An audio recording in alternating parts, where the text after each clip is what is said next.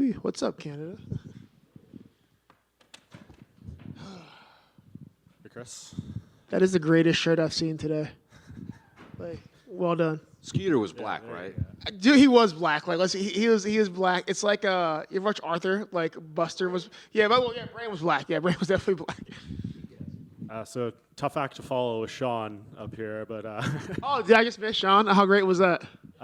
great would be one way. Who got insulted? I think everyone, Yeah. but yeah. It was your hair. Your hair. You being Asian. Was it Asian or hair? Really? Wow. Good for him. He's growing. He's growing. Yeah. What'd you get? Hair. I got the hair. Who else? Nose. Even nose. Bro, why? That's fine. It's whatever. It's fine. It scares me, but whatever. How much time have you spent with Sean leading up to this fight? Because you did some training in Colorado too, right? Yeah, I just popped out there. It was early in camp. I'm one of those guys to where I'm honestly, like, looking back at it, everybody's kind of pointed out I do much better when I'm not in camp for 12 weeks. Like, I kind of I burn myself out and I freak out. So the first couple of weeks we kind of burned. We're still training hard, but I went around. I went out to Factory X for a little bit. Got to work with Coach Marc Montoya, which is really fun. I always say there's no thing as a perfect gym. Every gym's got things they're great at. And like Coach Marc, I mean, I get to train with Eric, one of the best coaches in the game, and Nate. But Coach Marc Montoya has a different philosophy and way of fighting. So it's kind of cool to go out there and work with him. He helped out a lot. Got to work with Josh Friend, who's fun. I got beat up by what's his name, Justin Jacoby, who's just better than me. I was like, yeah. Justin Jacoby's one of those guys, you spar, I'm like, you're just better than me. Like, all right, fine, screw it. So it was a good experience, though. I got some different mentality about things. But as far as the Sean thing, I see Sean every day of the week, like Monday, except for Sundays, thank God now. It used to be 7 days a week, but now I see him Monday through Saturday. So, I don't know, he's always, we got 2 different fights, 2 different camps, but he's always there. He's always helpful. So, spend a lot more time with Sean is probably healthy for a normal person.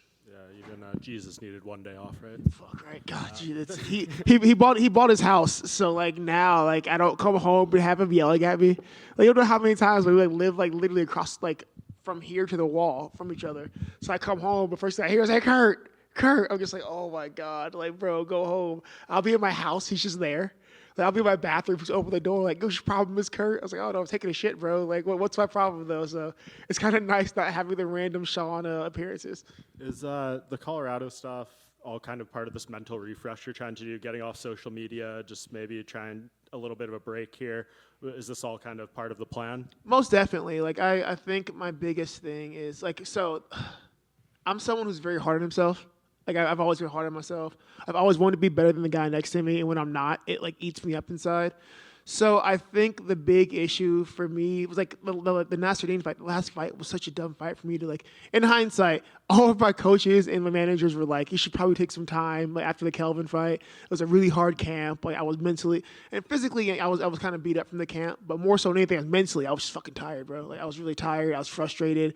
I beat myself up that camp, and then to have it go down that way in a fight that I thought came down to one moment in the second round. It freaking crushed me, man. So to immediately go into another fight, everybody around me was like, Chris, we should probably wait a little bit.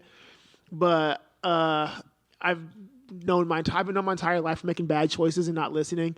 So for me, instead of taking time to refresh and come to grips with stuff, I'm I'll just jump back in and do shit. And went back to another hard physical camp when I was already mentally not in the greatest space, and that was a miserable camp, bro. That was such a miserable camp. 'Cause I'm so mad about about the Gastelum thing. I'm trying to figure out what went wrong, and it was just dumb. And I should have listened. So we got this one. We're cool with it, fine. My coaches and my manager all know that I need. I'm really good on 5 weeks. I'm always in shape. 5 weeks is perfect. So they're like, hey, man, let's keep training, but let's go do some shit. Get away from Vegas. Get away from all the same people. See different things. Train hard all you want, but do it somewhere else. See things. Have fun. So that was a big thing. Colorado was a good experience, but it was fun for me. And I haven't really been having fun in camp in a few years now. Honestly, since I got to the UFC, which is kind of ironic, but try to make it more fun for myself and just, enjoy. Remember, I enjoy this. I love this. Hey, Chris, right here. So you mentioned... Hey, what's up? Nothing much. Good to talk to you. So you mentioned going to Factory X, and obviously I don't think he was there for this camp, but Julian Marquez, I know, fought Marc-Andre last year. Was it good for the coaching staff to sort of hone in on Marc-Andre just because Julian was preparing him, for him last year anyways? Ironically, we didn't hone in on Marc-Andre at all. It was more so about not so much who I'm fighting, because who you fight changes. Who you fight, I mean, he could I like Marc-Andre, cross your fingers. But he could trip down the stairs, break his ankle today. I could be fighting somebody else come Saturday. So it's not really so much as about who you're fighting. That's going to change. There's always different intangibles in that. It's more so about what am I consistently doing or not doing that's creating issue. So that was something kind of nice too. I'm trying to focus less on the guy I'm fighting and more about, how can I make myself a more consistent package? Because honestly, I have to remember that I'm damn good at what I do. There are things I do consistently well, and there are things I do consistently bad. So it's kind of now we're just, hey, let's keep doing the things we do great. Let's keep doing it, but let's start cutting back on a few of those things we do consistently bad that are getting me in trouble at this level. How different are things going into this fight than, say, your last one, just because of the switch up in camp? Like you said, not on social media, not doing much media. How are things different for you? God, personalized, it's great. Being on social media was such a godsend. Oh man, I don't really want to go back. I was back on for 4 days because I needed So hey, fun story. If you guys ever don't have a phone number, you don't have social media, you are fucked. It is. No one has phone numbers. None of my teammates have each other. This is miserable. So I had to get back on to get a phone number from a teammate. Now I'm back off again. But even those 3 days on, man, you realize you spend time doom scrolling. You're kind of oh, nothing's going on. Pop your phone up when you're scrolling. And what do you see? You see people a lot of fake shit. You see people all these fucking fitness influencers doing their BS. All their other influencers doing their BS. You see people complain about shit. People dying and it's so toxic for your mind. Me and my lady, we both got off social media, and she's she got back on to post some stuff, and she's oh, this is miserable. 3 days in, and she's I'm depressed. So, just being unplugged from it, and then as far as the sport, am I hitting the micro? Being unplugged from us, as far as the sport goes too. I have really great fans, but I think that I get overwhelmed with the interactions at times, and I'm naturally a combative person, I'm a talkative person, so I get drawn into that downward spiral too quickly. It's just who I am, and everybody's different. Some guys, it rolls off their backs. For me, for the most part, I'm fine. But if I'm feeling a certain way that day, it's gonna strike a nerve. I'm gonna be on a warpath. It's just better to be unplugged from it, man. Like I said before, it's a lot of peace of mind for me. We're still battling that part in camp to where I'm constantly judging myself and I'm never happy with anything I do. It's great. We film all my sparring, and it's freaking wonderful because every day I feel I lose sparring. Every single day, this entire camp, I'm I lost my rounds. And my coaches are I don't even know why we talk to you. Just go watch the video. I'll go watch the video. I won my rounds. But, it's never enough for me. And that's just a personal thing. I got to figure that shit out. I don't know what to do. I kind of envy Sean in that point, man. I've never seen a dude who's got the ability to be heated and then just let it roll off his back and be okay, well, moving on. And, I got to... That's something I got to take from him, actually. So we're working on that. But this camp's just been great, man. I've kind of unplugged. We still have those mental battles, but I'm kind of just unplugged from it all and just focused on me and Marc-Andre. Everything else, it's noise. I'll deal with it later. Speaking of Strickland, do you like being on the same card as him, or would you prefer to, not be on the card just because your coaches will be tied up and all that, right? I think we're far enough apart. It's not going to be too bad. It's kind of weird. It's cool. I don't think we've ever fought in the same card before. It kind of sucks, though, because I prefer to have him in his corner. I prefer to be more supportive than I am now. But I'm a big boy. He's a big boy. We'll be fine. But honestly, I kind of like it. I'm probably only up here right now because Strickland's headlining this. And I was okay, well, he's first. So, hey, you know what? I love being up here, but I'll definitely, use ride in the wake of the Strickland show. And just it's fun for me to see you guys have to deal with it. And it's really fun being there on fight week and being so close to watch everyone else have to suffer. And you're how do you do this? I'm yeah, I'm a fucking saint. You guys, yeah, I'm a saint. You guys owe me. And just last one for me, who will be in your corner for this fight if Sean isn't?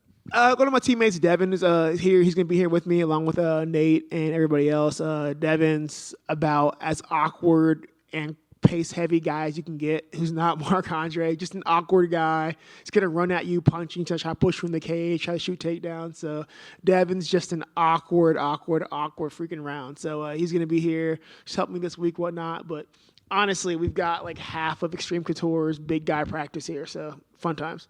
Chris, right here. Right You here. mentioned, sorry. Who's you talking? Okay. Right Who's, here. okay, I was like, what's happening? All right.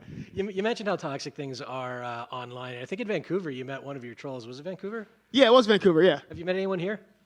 No, actually, here's been cool, but I haven't left my room really. But yeah, here's been fine. But yeah, I did meet a troll in Vancouver, which only goes to serve, it only like reinforces my point. I'll say this, people are like, oh, if you can't handle criticism, not everybody who says shit's a troll. I'm like, no, bro. Like, once again, I've never met anybody in person who can keep the same energy as they have online. It's just makes me realize, like I said before, man, like social media is just a refuge of cowards. And I just don't have the patience for it anymore. I'm old. I've got kids. Like I wake up, my knees hurt now. I just don't have the patience for it, man. I just really don't. I feel that. Marc-Andre has said that you are his ticket to the top 15. Does that add any motivation for you coming Saturday?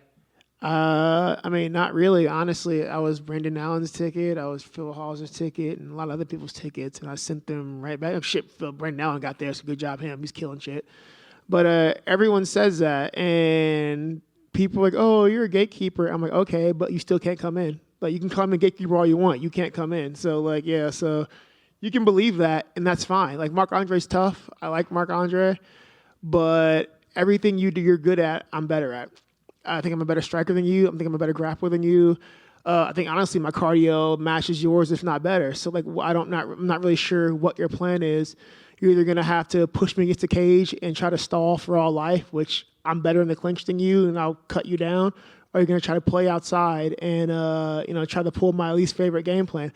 And that's fine. We've spent a lot of time working on that anyway. So, I mean, I can be a ticket all you want. A lot of fucking missed flights happen every day, man. So it's whatever.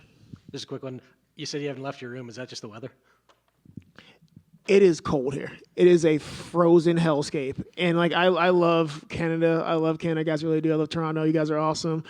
But it is a frozen, cold, like, just, I don't know why you live here. It's just, like, the opposite end of the spectrum from Phoenix right now. And Phoenix is too hot for people to live. Like, it's too cold to be here. Beautiful city, but I hate the weather here, and this is fucking miserable. This has been a warm winter. I'm from Ohio, which makes me ashamed. Everybody from Ohio is right now, what the fuck are you talking about? Like, I've been out of Ohio for like 7 or 8 years now, and I've lost my cold weather immunity. Like, the combination of just, like, honestly, I'm not going to lie, I'm being a bitch about it.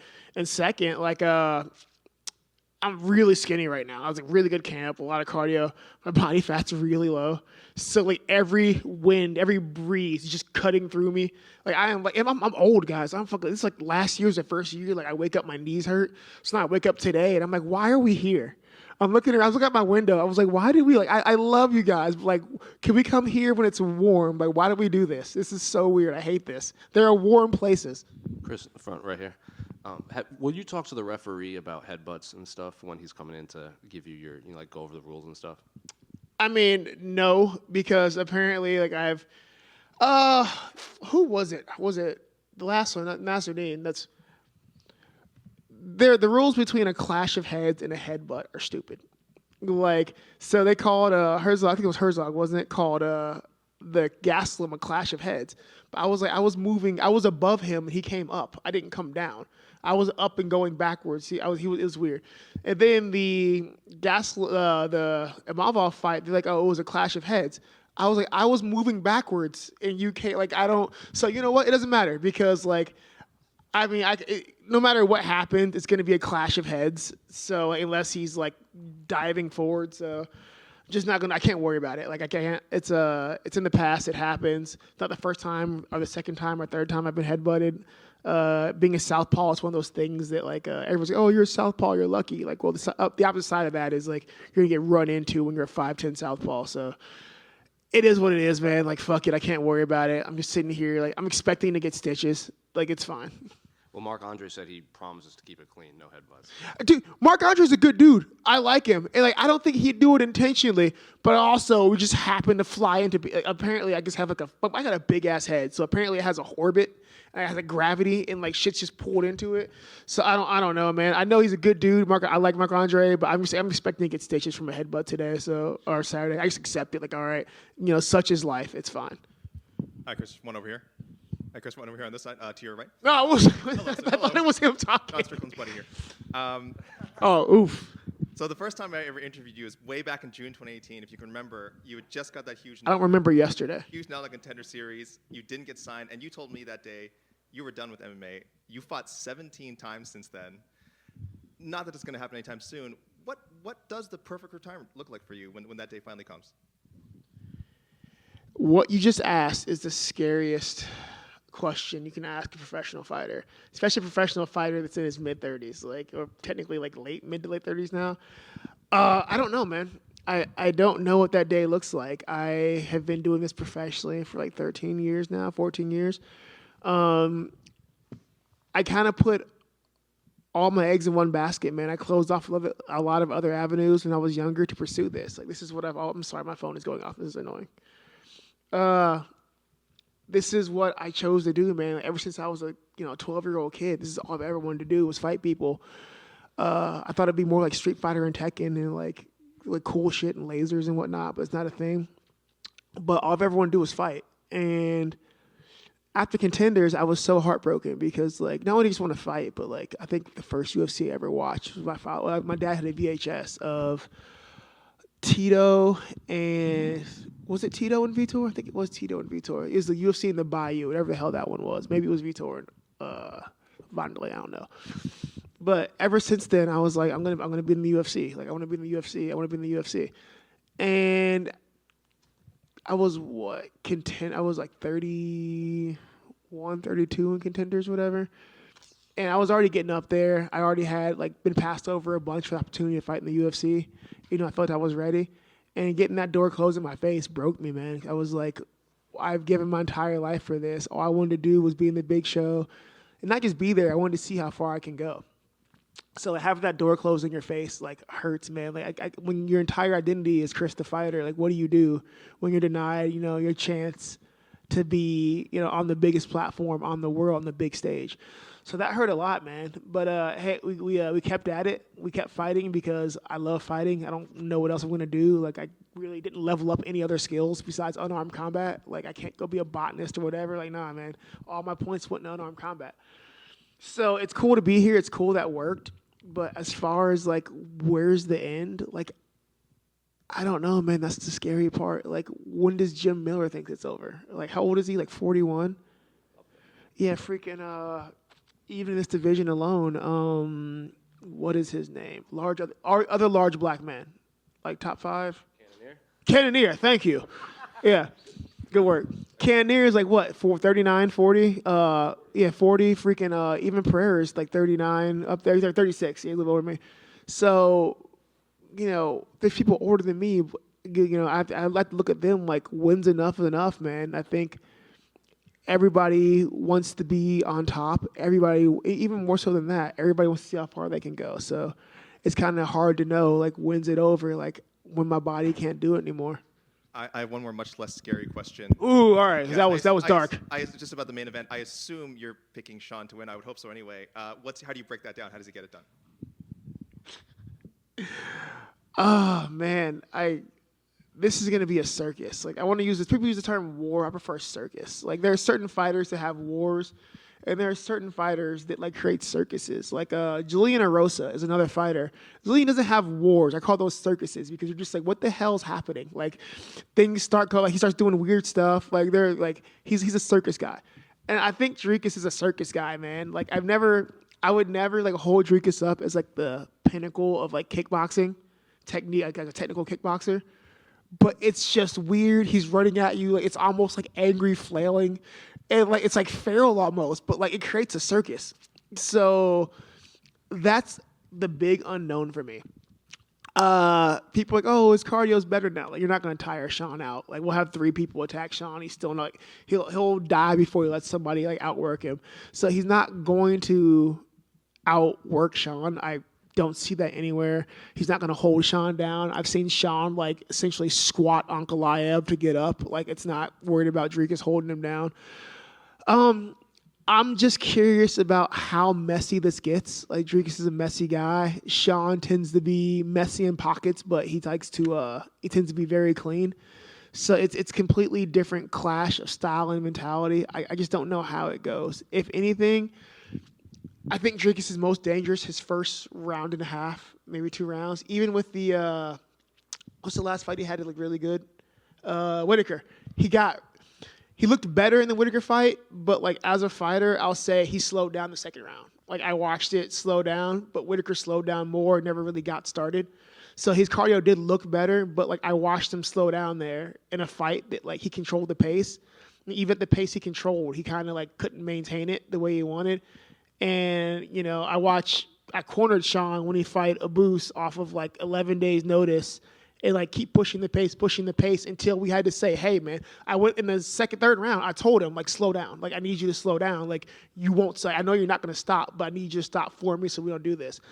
So the first round and a half, I think Dricus is going to be really dangerous. It's going to be really scary.